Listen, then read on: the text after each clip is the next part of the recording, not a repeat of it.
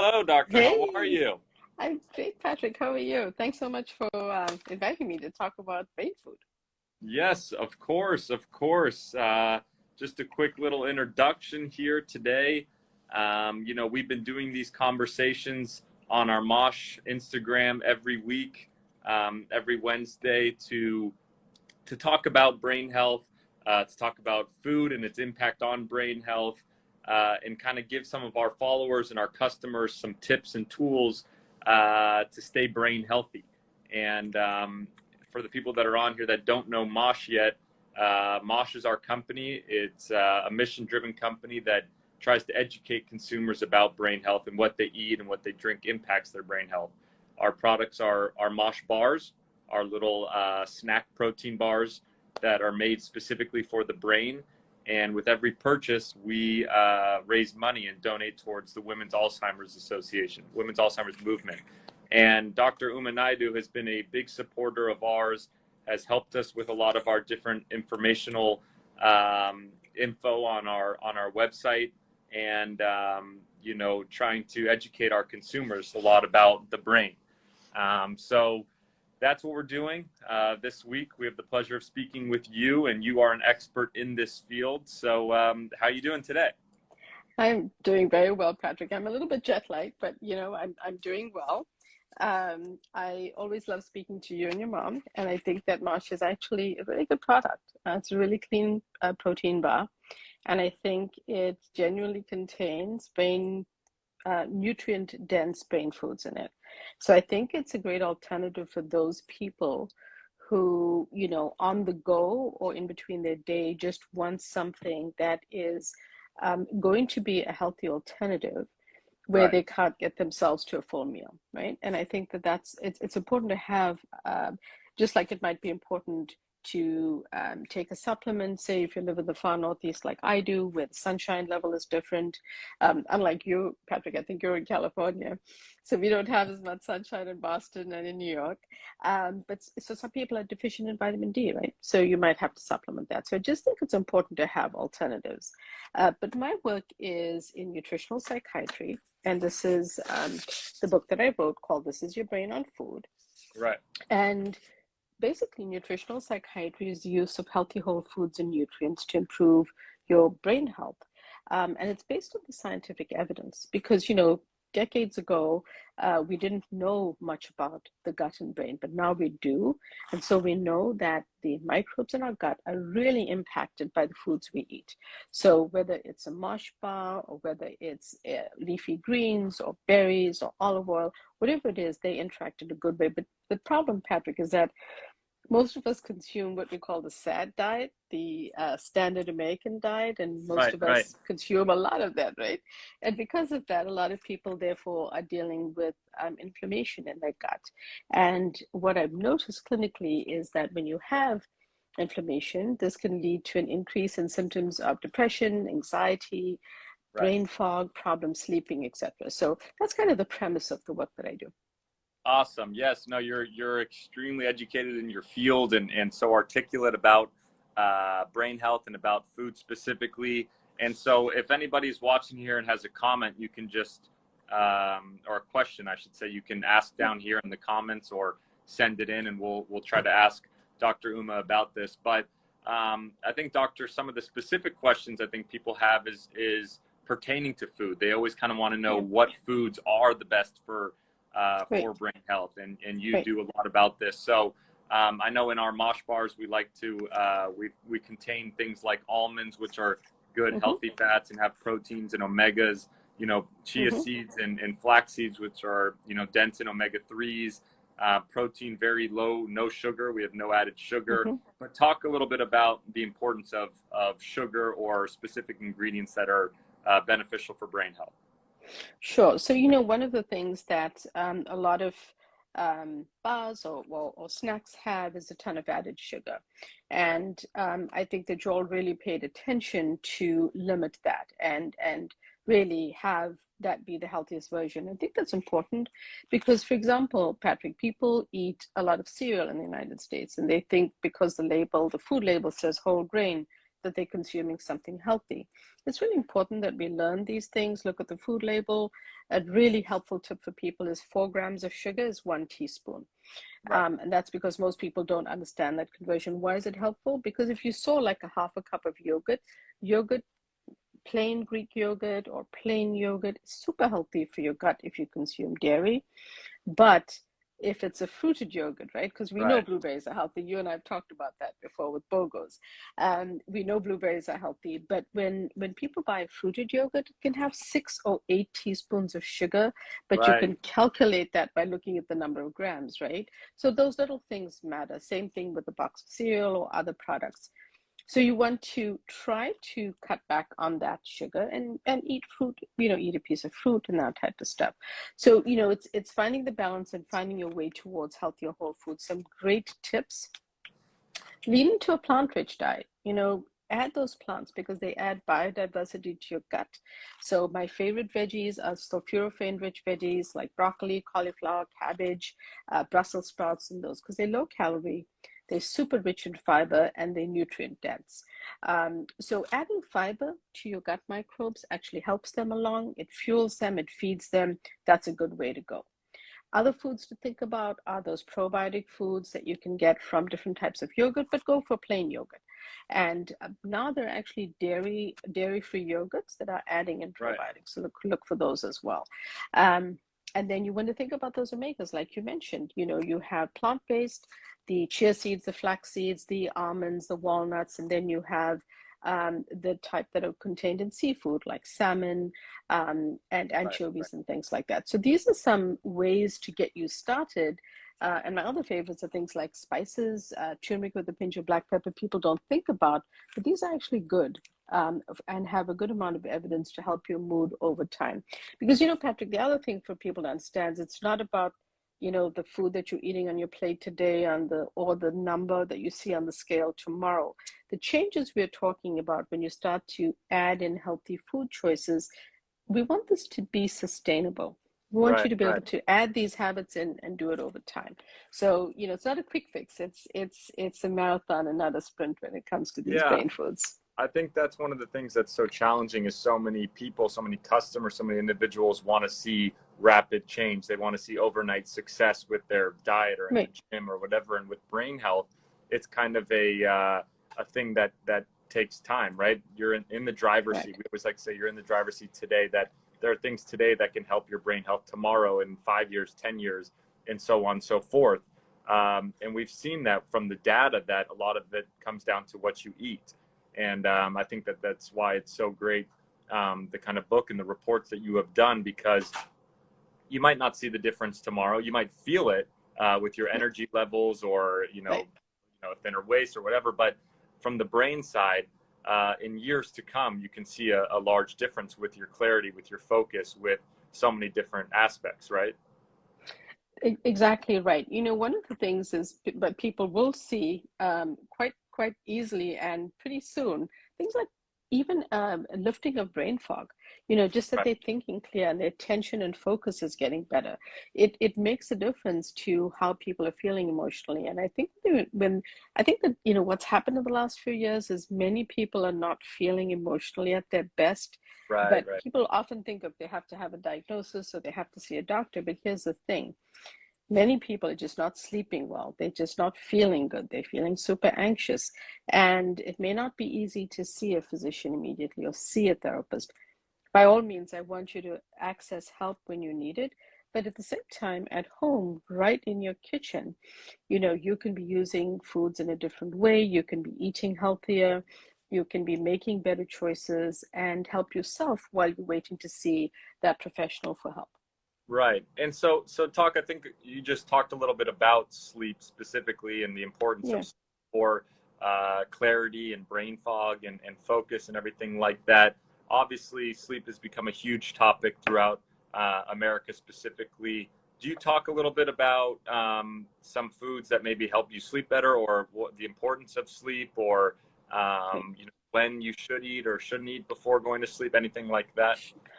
Sure. So, sleep is affecting so many people in these past few years that they're calling insomnia coronasomnia.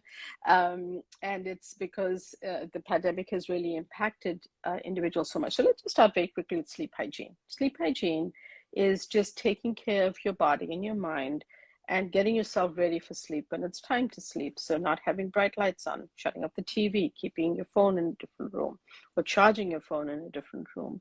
Not going to the supermarket late at night when you're under bright lights, and it's going to affect your receptors in your brain and you're going to be more alert. So sort of calming your body down when it comes to eating an earlier dinner, so that your body has a chance to digest that food. Not drinking things like caffeine after about 12 p.m. or 2 p.m. Everyone's different. Some people can drink caffeine at night, but many I've got people a little can't. coffee here. Don't tell anybody. It's 12:30 in the afternoon. This is my last little See, part of my some coffee. people, my husband can drink like an espresso at dinner and be completely fine. So people are different. But for a lot of people, they stay super sensitive and it may affect them. So I usually say like the cutoff is between about 12 and 2 in the day, Right. if they're sensitive. Here's the other thing. It's completely fine to enjoy a glass of wine with dinner, but if you're leaning on that glass of wine to help you sleep, that's when it's going to start to impact your sleep architecture. So be careful of that. Once we get through sleep hygiene, we want to think about foods. My tip here is breakfast for dinner, because it turns out that eggs contain melatonin. So if you consume eggs, having an omelet at dinner time with some veggies like asparagus and things like that actually have melatonin and may help you kind of ease your body more into a restful state. And another food is actually tart cherries. And I know Oh, that yeah. in I've heard a certain lot about this. supermarkets, I yeah, just in started certain, taking tart cherries, actually. It's supposed to be really good for recovery and inflammation and blood and they oxygen. also, correct, and they also help sleep. So Yeah. if you have tart cherries in your supermarket or in the frozen section, or you can get the juice, just again, look for the sugar content. But it's supposed to be super helpful for sleep, and studies have shown that. So, there are other foods we can discuss, but those are some go-tos to get you started. We have some questions here. Someone asked, what is the optimal amount of sleep? And I've Right. always been told 6 to 8 hours is something that is great. Is Yeah. there a certain hour that you've seen that's been the most beneficial for sleep? And obviously, it's the quality of sleep, right? It's the amount of REM sleep It's you're getting and it, stuff. It is the quality of sleep, and 6 to 8 hours is a great kind of a good range of what to aim for. I think that if you're sleeping 5 hours or less, again, this is variable, Patrick. Some people just have more energy and they can do with less sleep. But 6 to 8 is a good range to aim for. And understanding that the quality of your sleep, like you said, is super important, because if you're just lying in bed with your eyes open and you can't sleep, then something needs to be done. There are different Yeah. forms of therapy that can also help you. There is a form of CBT that we can help people with for insomnia. It can be foods and how you really readjust your system to getting ready for sleep, and the sleep hygiene, hydration, super important. All of these things matter. Yes. Yeah. No, hydration has been something that has been a very large topic about how many people are actually dehydrated and how much impact that has on anything from your focus to your sleep to things that happen in your daily activity. That's something that I started to prioritize way more of right away, waking up in the morning, drinking a glass Mhm. of water. Some people add things like lemon for some electrolytes, or they have electrolytes powders and stuff like that. But anybody that's on here, if you have any more questions, feel free to just comment them, or you can send in the question so we can ask.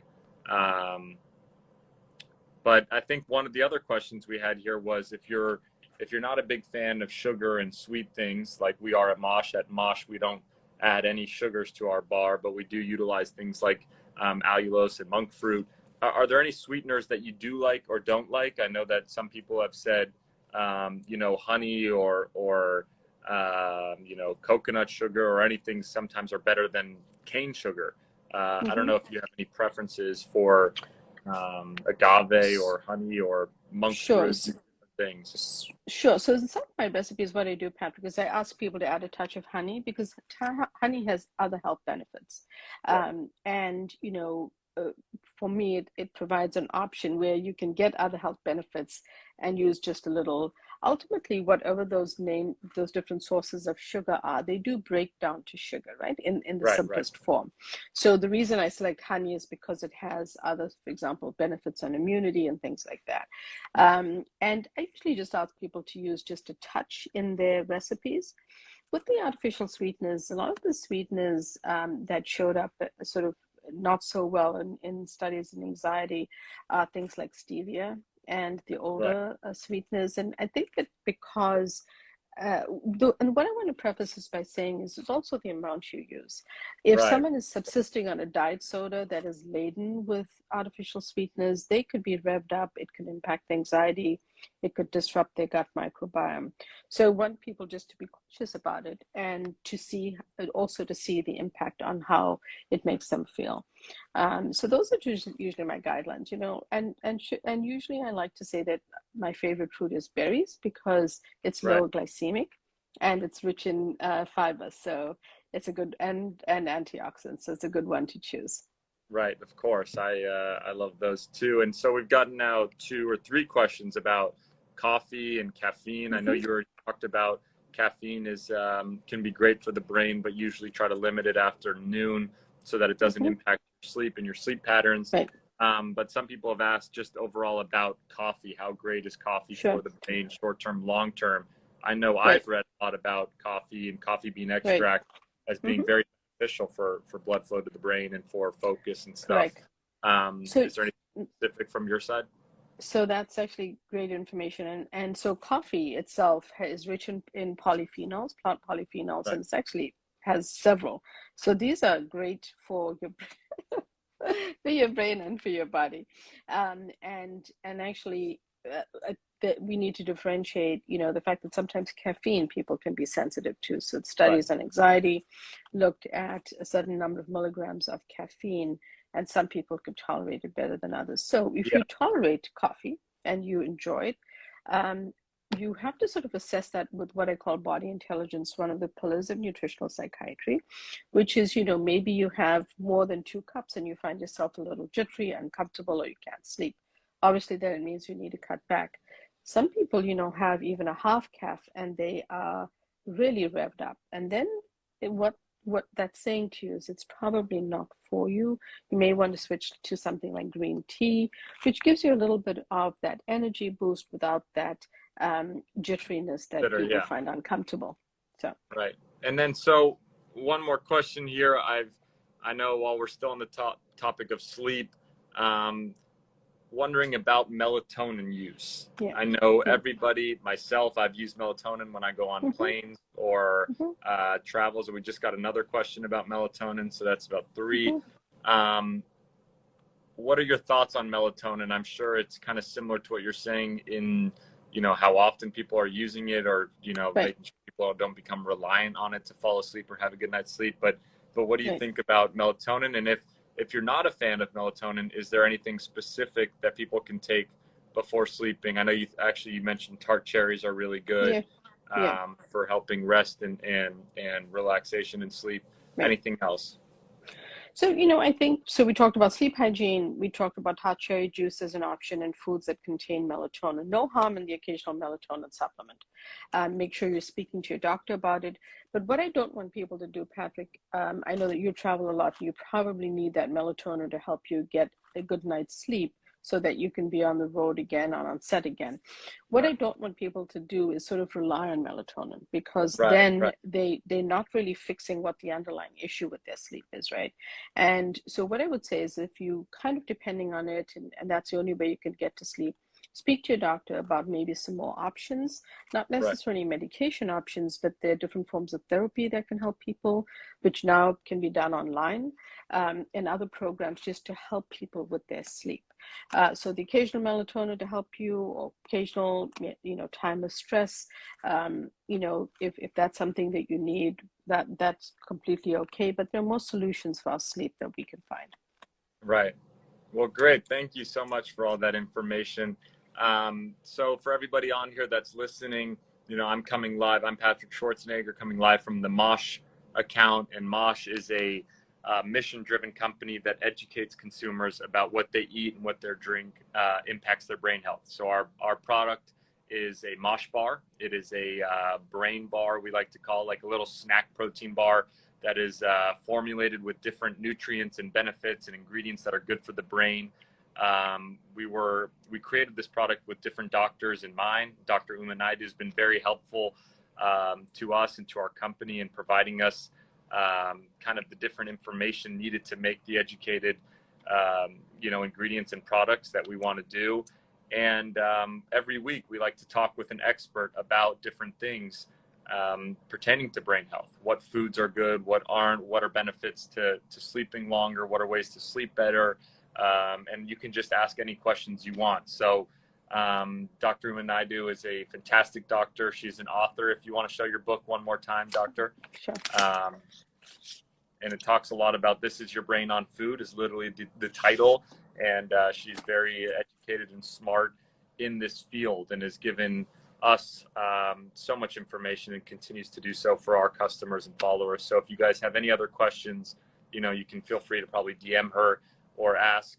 And just wanted to thank you so much for jumping on. For anybody out there, come and check out our page, go check out her book, and we'll continue to have these conversations week over week, and hopefully continue to help you guys and answer any questions that you have. So we're going to save this Instagram. It's going to be on our feed or however we do that.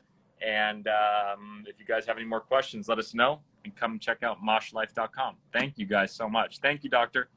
Thanks, Patrick. Good to see you. Take care. All right.